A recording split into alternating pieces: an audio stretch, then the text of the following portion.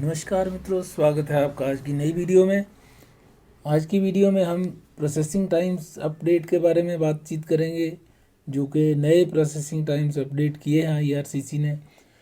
तो वीडियो में चैनल को सपोर्ट कीजिए, वीडियोस को लाइक एंड शेयर कीजिए और ज़्यादा से ज़्यादा सब्सक्राइब कीजिए, जिससे कि चैनल की ग्रोथ हो और लोगों को भी इसका लाभ मिल सके। तो सबसे पहली कैटेगरी है टेम्परेरी रेजिडेंस। टेम्परेरी रेजिडेंस में सब कैटेगरी है विजिटर वीज़ा। तो visitor visa from India processing time है 29 अक्टूबर को जो अपडेट हुआ है 114 डेज़ है, जो पहले भी यही था, तो कोई मेजर इसमें चेंज नहीं है।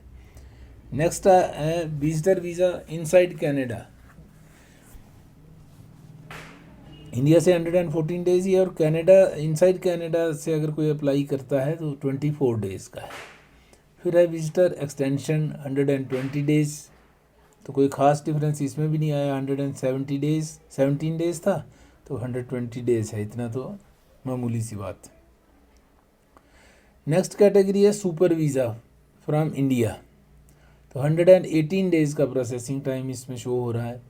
तो इससे पहले जो था 111 डेज़ था, उससे पहले 107 डेज़ था। तो लगातार ये बढ़ता ही जा रहा है, हर वीक ऑनवर्ड्स ये बढ़ता जा रहा है प्रोसेसिंग टाइम सुपर वीज़ा के लिए। नेक्स्ट आता है study permit outside Canada. 7 weeks पहले था, अब 8 वीक्स ही चल रहा है पिछले 2 वीक से। नेक्स्ट आता है study permit from inside Canada. पहले 17 वीक्स था, अब ये 16 वीक्स हो गया है। तो इनसाइड कनाडा 1 वीक का टाइम जो है कम हुआ है, इंडिया से ज़्यादा हुआ है। इसका रीज़न ये भी हो सकता है, इंडिया के प्रोसेसिंग टाइम्स जो चेंज होने की मतलब ज़्यादा होने की वजह ये भी हो सकती है कि यहाँ स्टाफ की कमी हो गई है, क्योंकि काफ़ी सारा स्टाफ जो है कुछ कंट्रोवर्सीज़ के चलते तो स्टाफ को वापस भेज दिया गया था कनाडा। तो उसके कारण भी थोड़ी सी प्रोसेसिंग टाइम्स में फ़र्क पड़ सकता है। वर्क परमिट फ्रॉम इंडिया जो है 28 वीक्स ही चल रहा है, इसमें कोई चेंज नहीं है। Work permit from Canada 138 days था 15 अक्टूबर को, फिर 145 डेज़ हुआ 22 अक्टूबर को, और 29 अक्टूबर को जो अपडेट आई है उसमें 154 डेज़ है। तो ये बढ़ ही रहा है। अब अगली कैटेगरी पे नज़र डालते हैं, इकोनॉमिक इमिग्रेशन।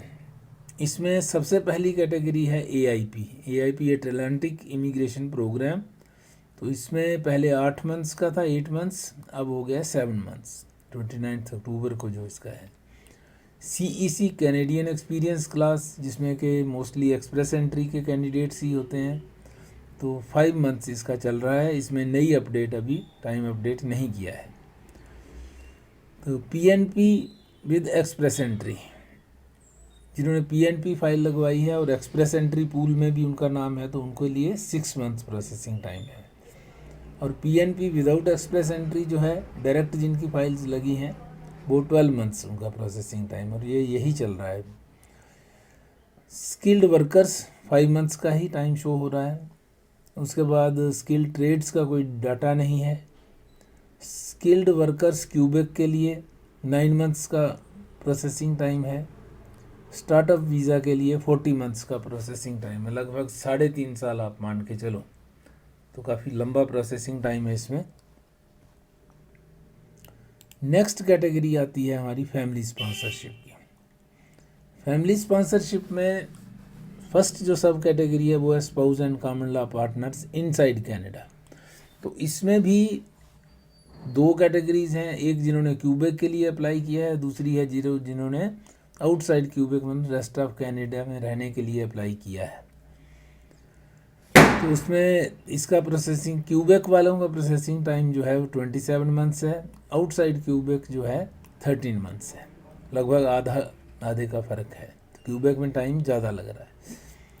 फिर इसी तरह जिन्होंने ये थे जो विद इन कनाडा जिन्होंने अप्लाई किया था spouse and common law partner के, और जिन्होंने बाहर से अप्लाई किया है दूसरे देश से, तो उनके लिए जो क्यूबेक के लिए अप्लाई किया है उनके लिए 35 मंथ्स, सॉरी लिखने में थोड़ा एरर हो गया है, 35 मंथ्स इसका प्रोसेसिंग टाइम है। और पहले भी वही चलता आ रहा है, कोई चेंज नहीं है।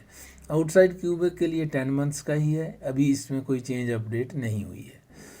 Dependent child from India 9 months का है। Dependent child from inside Canada जो है वो 10 मंथ्स का है। इसमें 1 महीने की कमी आई है प्रोसेसिंग टाइम, पिछला 11 मंथ्स का था, अभी 10 मंथ्स में ही हो रहा है। फिर आता है पीजीपी फ्रॉम इंडिया, मतलब parents and grand parents from India. Inside Quebec के लिए जिन्होंने किया था उनका है 48 मंथ्स, पुराना ही है, कोई चेंज इसमें नहीं है। फिर आउटसाइड क्यूबेक 24 मंथ्स, ये भी पुराना है, कोई चेंज इसमें नहीं है। नेक्स्ट आता है PR card. PR card renewal 59 days का है, पहले 62 था, उससे पहले 65 था, थोड़ा फ़र्क तो पड़ा है। और फर्स्ट कार्ड जो है, इनिशियल कार्ड जो आप लेते हैं उसमें 25 डेज़ का प्रोसेसिंग टाइम है, तो इसमें भी कोई चेंज खास नहीं है। 24 पहले था, फिर 25 हुआ, फिर 25 ही है इस वीक में भी। तो इस तरह आप देख सकते हैं प्रोसेसिंग टाइम्स में कोई मेजर चेंज नहीं आई है। इंडिया के प्रोसेसिंग टाइम्स जो हैं वो बढ़ रहे हैं, कारण वही मैंने बता दिया कि स्टाफ शार्टेज हो सकती है कारण इसका।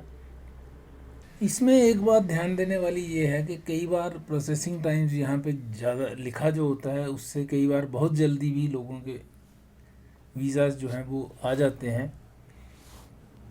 उसका कारण ये है कि अलग अलग प्रोफाइल के, जैसा कि उसमें क्या होता है कई बार कि किसी जॉब की उनको प्रायोरिटी सेक्टर में है, किसी का जो ऑक्यूपेशन है तो उसको जल्दी आ जाएगा, या कहीं पे वीज़ा ऑफिसर के पास कम लोड है तो उसका जिस वीज़ा ऑफिसर के पास उसकी फ़ाइल जाती है तो उसको जल्दी नंबर आ जाएगा। और अगर किसी ऐसे वीज़ा ऑफिसर के पास फ़ाइल चली गई कि आगे ही उसके पास वर्कलोड ज़्यादा है तो प्रोसेसिंग टाइम जो है ऑटोमेटिकली थोड़ा सा ज़्यादा होगा। तो कई बार ये भी फ़र्क पड़ते हैं। फिर कोई ऑफिसर काम करने में भी थोड़ा स्लो होता है, कोई फास्ट होता है, तो वो भी कई बार डिफरेंस होता है।